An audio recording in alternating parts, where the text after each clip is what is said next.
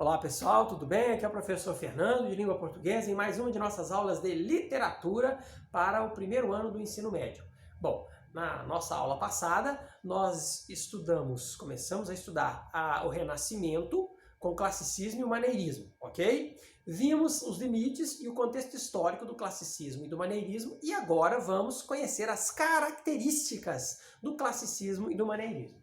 Bom, a primeira característica que nós vamos ver é tradição apolínea clássica. Então, classicismo, maneirismo, pertence à tradição apolínea clássica, que valoriza a razão, a lógica de pensamento, o pensamento racional, busca a contenção dos sentimentos e das emoções, coloca a razão em primeiro lugar, os sentimentos e as emoções em segundo plano, né? Trabalha os temas universais da arte da condição humana em dimensão universal, valoriza e cultua a mitologia pagã greco-romana. Então, toda vez que for falar de alguma coisa sobrenatural, divina, né, usa-se a mitologia pagã greco-romana como forma de explicar o sobrenatural, o divino, o milagre, ou qualquer coisa parecida. Tranquilo? O que mais? Valoriza a razão, né? Ó, eu coloco aqui, ó. Valoriza a razão, racionalismo, a objetividade, o universalismo. Então, tudo isso está relacionado com a tradição apolínea, né? O classicismo, onde ele está, certo? Ali no século XV, XVI, né? O classicismo promove um retorno e uma imitação dos modelos e valores da antiguidade clássica greco-romana. Eu não vou chamar de antiguidade clássica greco-romana somente o período clássico grego e o período clássico romano.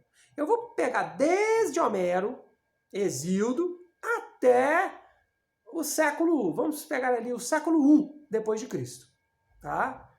Passando da Grécia à Roma antiga. Tranquilo? Então, eles vão promover uma emulação, né? Uma cópia, uma imitação desses modelos da antiguidade. Tranquilo? Valoriza o pensamento racional, a objetividade de pensamento, né? Enxergar a realidade tal como ela é, sem máscaras, né? Pode-se usar até o mito, né? O sobrenatural, o mitológico, o fantástico, o maravilhoso, mas sempre há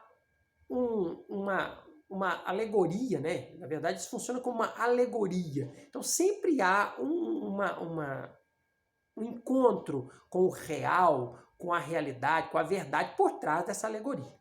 Então, você tira as metáforas, o que você vai encontrar? O real. Você vai encontrar a realidade. Então, a objetividade é enxergar a realidade tal como ela é. O universalismo é o quê? É o culto aos temas universais da arte da condição humana, né? O amor, o medo, o ódio, a solidão, a busca, a passagem do tempo, a mudança, a brevidade da vida dos seres e das coisas, o desconcerto do mundo, a luta entre o bem e o mal, né? O culto à natureza. Nós já falamos sobre isso, então isso não é novidade para vocês. A mímese ou mimese, né? Mímese, imitação da natureza, né? Realidade, né? O artista tem que buscar imitar a natureza, né? Imitar os modelos antigos, né? Imitar a imitação em si, né? É o que se valoriza na mímese. Então, imitar o que é bom, o que é justo, o que é verdadeiro, imitar os bons modelos da antiguidade, imitar os modelos da natureza, buscar ser como a natureza não é perfeita em tudo que ela faz. Então, o artista vai imitar a natureza buscando ser perfeito em tudo que faz. Seja bonito ou feio, seja bom ou ruim, ele vai sempre buscar a perfeição. Pouco importa se ele está falando de amor, ou de terror, ou de ódio, ou de tragédia. Pouco importa se ele está falando de paz ou de guerra. Certo, pessoal? Beleza. O que mais? Mitologia pagã greco-romana.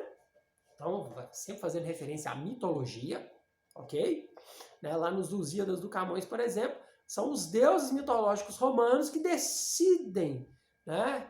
São eles que vão decidir aí o destino do povo português, tanto na história de Portugal quanto na viagem empreendida por Vasco da Gama lá na obra. Que mais? Além de mitologia pagã greco-romana, hedonismo, culto ao prazer físico. Então, hedonismo, culto ao prazer, principalmente prazer físico. Epicurismo, culto ao prazer, principalmente o prazer metafísico, né? Que é o prazer de saber, de conhecer, de aprender, de ensinar, Ok, pessoal? Então, prazer metafísico, prazer pela busca da sua evolução intelectual e espiritual. Rigor formal, eu não digo tanto rigor formal, né? Eu vou até mudar aqui para culto, né? Culto à forma, culto formal, culto formal, né? Ou um certo formalismo, né? Que é preferência por composições de forma fixa. Sonetos, epopeias, por exemplo. Epopeia, peraí, deixa eu só acertar um acento aqui, que esse acento não existe mais em epopeia, certo? Epopeias, né? Metrificação rigorosa, estrofe padronizada, vocabulário erudito, culto, rimas e ritmo, musicalidade e melodia, correção gramatical, clareza e concisão. Então, o culto ao formalismo, né, ele apresenta uma preocupação com a gramática, apresenta uma preocupação com a clareza e a concisão na exposição das ideias, com a simplicidade, com o vocabulário culto selecionado, né, com o ritmo, a musicalidade, a rima, a métrica perfeita, a estrofe bem elaborada, a composição de forma fixa. Tudo isso está relacionado com o culto à forma. O que mais? Simetria também está relacionada com o culto à forma. O que é simetria? É a busca pelo equilíbrio e harmonia de forma e conteúdo, visando o belo absoluto, a perfeição. Por quê? Na ótica clássica, o belo é igual ao bom, o justo e o verdadeiro. Tranquilo? Agora, o que é maneirismo, minha gente?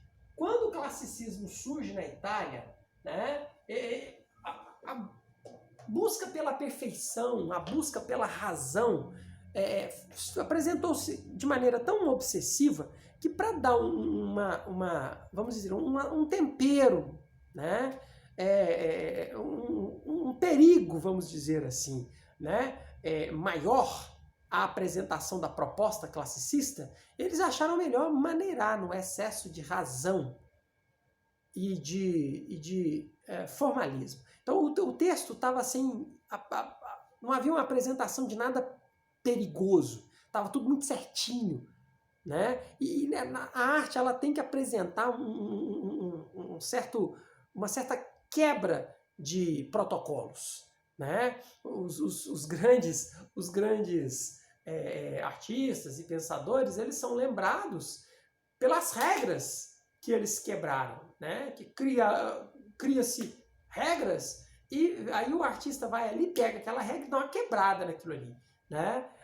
A arte ela tem que inspirar um certo perigo, né? Para quem cria e para quem recebe, né? Ela não pode ser muito certinha, tudo muito colocado certinho no lugar. Tem que haver um certo desnível, tem que haver um pouquinho de tempero, sabe? Um pouquinho de pimenta para que a coisa de fato aconteça, né? Para que a coisa pareça ter sido criada por um ser humano com iluminação divina.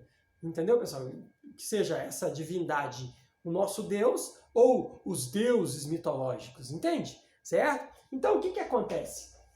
Daí criaram o maneirismo, que é o quê? Uma tentativa de unir razão com emoção, formas alongadas, curvilíneas e sinuosas às formas simétricas do padrão clássico de beleza. Uso de, né, para que isso acontecesse, como que eles fizeram para isso acontecer? Porque você fazer isso na pintura, na escultura, parece ser óbvio, né? Fácil de fazer, né? Vamos dizer assim. Agora, e como é que você faz isso na linguagem? Como é que você faz isso na literatura? Você vai usar figuras de linguagem, de pensamento, como antítese, paradoxo, oxímoron, hipérbole, figuras de construção, como hipérbatos, certo, pessoal? Etc. E outras figuras de linguagem, diversos tipos de figuras de linguagem que vão imprimir no texto um certo desequilíbrio emocional, certo? Um certo desequilíbrio de pensamento, de opinião, né? Então, o uso dessas figuras de linguagem vão fazer com que o texto expresse um certo desequilíbrio, tanto racional quanto emocional, um desequilíbrio de sentimentos, né? E isso humaniza a obra de arte, né? Isso humaniza a obra de arte, isso faz ela parecer ter sido criada não por deuses, nem por androides ou robôs, mas por seres humanos de carne e osso. Entendeu, pessoal? Então, daí o maneirismo, né, cujo principal representante no classicismo português é o grande poeta Luís Vaz de Camões, maior poeta da língua portuguesa. Tranquilo? Beleza. Então, olha só.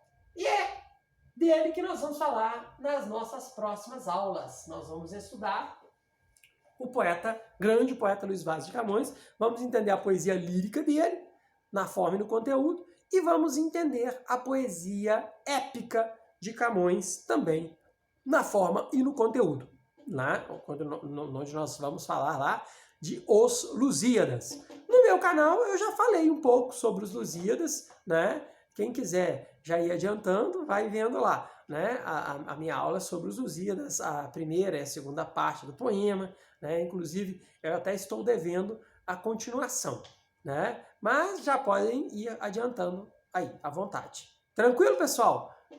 Estudem e até o nosso próximo encontro.